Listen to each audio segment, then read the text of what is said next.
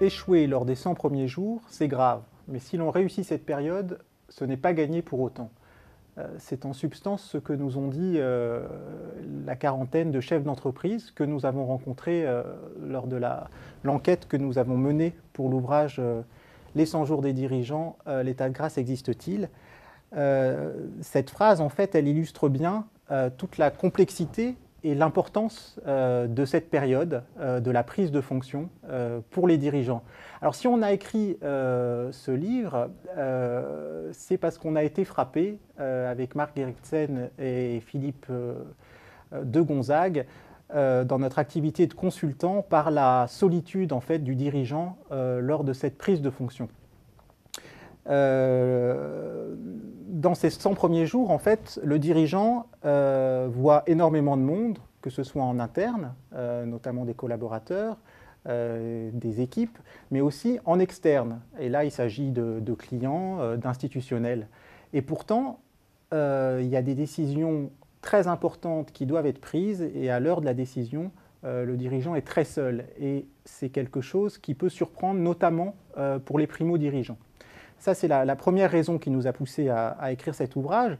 La seconde raison, c'est que la bibliographie sur le thème, en fait, est très anglo-saxonne. Et il y a beaucoup d'ouvrages sur la prise de fonction chez les cadres en France, mais très peu, ou même pas du tout, sur la prise de fonction des dirigeants. Et enfin, je dirais, la troisième raison, c'est quand on a initié cette enquête, on a été très bien reçu par les dirigeants, hein, que ce soit des grands patrons, je pense notamment à Franck Ribou, Christophe de Margerie, Xavier Fontanet, Denis Hennequin, mais aussi des patrons d'entreprises de taille intermédiaire et aussi d'autres acteurs loin du champ de l'entrepreneuriat. Je pense notamment à Monsieur Le Drian, qui n'était pas encore ministre de la Défense, qui avait accepté de nous recevoir, ou encore Jean-Christophe Fromentin, le maire de Neuilly, Henri Nallet, et aussi le chef d'état-major de l'armée de l'air. Voilà. Alors, au cours de cette période, il y a plusieurs sujets absolument incontournables que se doit de traiter le dirigeant.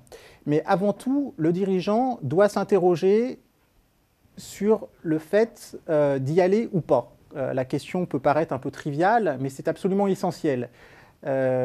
Tous les postes, il n'y a pas de mauvais postes de dirigeants, ça c'est le premier point. Par contre, la personnalité des individus conditionne l'adéquation avec le poste. Qu'est-ce que ça veut dire? Ça veut dire que concrètement, certains dirigeants sont certainement plus faits, de par leur personnalité, pour prendre des entreprises en redressement, et d'autres sont plus adaptés à des entreprises en croissance. Et ça, c'est fondamental. Et qu'est-ce que ça requiert? Ça requiert une bonne connaissance de soi. Le dirigeant, avant d'entrer en fonction, doit se demander s'il est prêt à relever certains défis propres à un redressement. Et là, la situation est très difficile. Quand on n'a pas de trésorerie, les 100 premiers jours peuvent être une période extrêmement violente. Et toutes les personnalités ne correspondent pas, ne coïncident pas avec ces attentes. Ça, c'est le premier point. Donc la première règle, je dirais, pour entrer en fonction dans de bonnes conditions, c'est de se connaître soi-même. Le deuxième point, c'est de comprendre rapidement les attentes de l'entreprise. Alors, comprendre les attentes, il y a plusieurs façons de s'y prendre. Tout d'abord, il faut s'intéresser à l'entreprise. Alors, ça peut être par le biais des archives. C'est notamment ce qu'a fait Isabelle Capron quand elle a pris la direction de chez Fauchon. Elle s'est immédiatement plongée dans les archives de l'entreprise, qui datent de la fin du 19e siècle, pour comprendre vraiment l'ADN de la marque Fauchon. Mais toutes les entreprises n'ont pas ce type d'archives, notamment les entreprises récentes.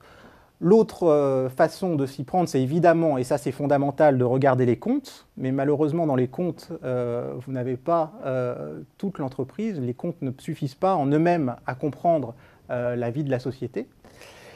Et finalement, la façon la plus évidente de comprendre les enjeux, c'est de rencontrer les gens. Et là, Les dirigeants que nous avons rencontrés ont été surpris en fait, du temps passé à rencontrer les équipes. Et ça, c'est un point fondamental des 100 jours, c'est qu'un dirigeant passe entre 50 et 80% de son temps à rencontrer les équipes. Qu'est-ce que ça veut dire? Qu'entend-on par équipe? C'est important de comprendre que les gens à rencontrer ne sont pas uniquement les gens du comité exécutif. Il faut rencontrer l'ensemble des équipes, le plus de monde possible. Des N-2, des N-3. Alors évidemment, c'est compliqué, c'est exhaustif, mais c'est un temps qu'il faut prendre parce que, au travers ces différentes discussions, le dirigeant a une information qu'il n'a nulle part ailleurs et il comprend en fait les gens qui vont être derrière lui lors des moments difficiles et les gens avec lesquels il va pouvoir construire. Il va pouvoir aussi comprendre les gens qui ne seront pas forcément à ses côtés dans les mois qui suivront. Donc cette phase, je dirais, qui est une phase humaine, est absolument fondamentale et ne doit pas être négligée. C'est-à-dire qu'il vaut mieux voir les gens en interne que d'aller courir les médias ou aller rencontrer des clients sans avoir grand-chose à leur dire. L'interne est la partie la plus importante des 100 jours. L'autre point, qui est assez proche de celui évoqué, c'est la composition des équipes. Et en la matière, tout est question d'équilibre. Arriver dans une entreprise avec son équipe est quelque chose de très hasardeux. Il faut vraiment regarder et écouter les gens qui sont déjà en place et respecter certains équilibres. C'est-à-dire que l'idéal, en fait, c'est de maintenir certaines personnes quand c'est possible et apporter du sang neuf. Mais ce sang neuf, il doit être justifié systématiquement.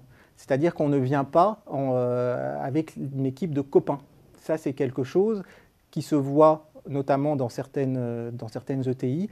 Et rapidement, il peut y avoir un effet boomerang. Donc, il faut être très méfiant sur ce point. Alors, ça ne veut pas dire qu'il ne faut pas faire venir des gens avec lesquels on s'entend, puisque la confiance est quelque chose d'essentiel pour faire avancer une société, mais attention à l'arbitraire. Enfin, l'autre point important dans la prise de fonction d'un dirigeant, c'est celui de l'agenda. Tous les dirigeants que l'on voit sont surpris de leur agenda qui se remplit tout seul au cours des 100 jours. Vous n'êtes même pas en fonction que votre agenda est déjà complet pour les mois qui viennent. Alors il y a un dirigeant qui nous a donné un excellent conseil, c'est que quand il a vu en fait la tournure que prenaient les événements, il a pris je dirais, physiquement la main sur son agenda. Et ça c'est fondamental, c'est aux dirigeants de dire les personnes qu'ils souhaitent rencontrer ou pas lors de cette prise de fonction. Et ça permet d'éviter bien des pièges en fait, parce qu'il y a beaucoup de gens que vous n'avez pas envie de rencontrer lors de vos 100 jours. Et c'est même parfois malvenu de rencontrer certaines personnes. Je reprends cet exemple du client. Le client a beau être roi, si vous n'êtes pas au fait des relations commerciales que vous pouvez avoir avec sa société, vous serez fatalement attendu au tournant et ça peut avoir des conséquences tout à fait néfastes pour l'avenir. Alors, il y a une question qu'on a posée aux dirigeants rencontrés, c'est celle de la stratégie. On avait le sentiment, et c'était un préjugé peut-être, que la stratégie était un enjeu important des 100 jours et que cela faisait partie en fait intégrante de la feuille de route du dirigeant. On est ressorti en fait de notre enquête avec un avis plus contrasté. Le sentiment qu'on a, c'est que la stratégie, c'est un point important quand votre trésorerie est en souffrance. Et là, c'est effectivement un enjeu des 100 jours. Mais vous pouvez tout à fait bâtir et communiquer votre plan stratégique 6 mois après votre prise de fonction, voire 1 an, quand vous êtes dans une société qui fonctionne bien. Il n'y a pas d'urgence absolue en la matière. D'autant que le plan stratégique, vous ne le construisez pas seul, il se construit avec les équipes, avec le comité exécutif, et cela peut prendre du temps. Et un plan stratégique qui n'est pas fédérateur peut être également un outil tout à fait dommageable pour la suite, puisqu'il n'a pas l'effet entraînant souhaité auprès des équipes. En conclusion, je serais tenté d'évoquer certains pièges en fait, de ces 100 jours. Le premier, il s'adresse surtout aux jeunes dirigeants, c'est celui de la communication. La communication est un point important des 100 jours parce que quand vous entrez en fonction, vous êtes scruté.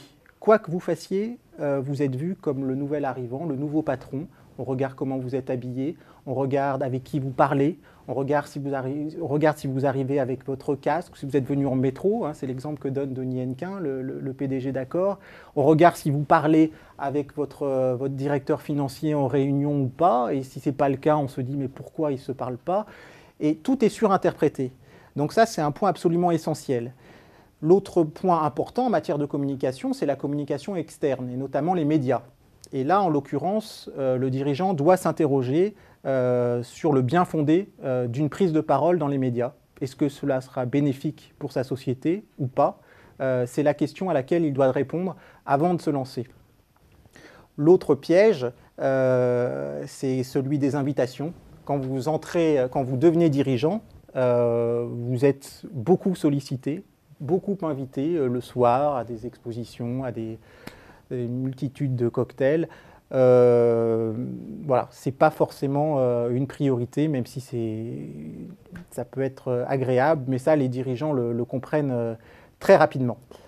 Franck Ribou nous disait que en 3 mois, il n'y a que les ronces qui poussent.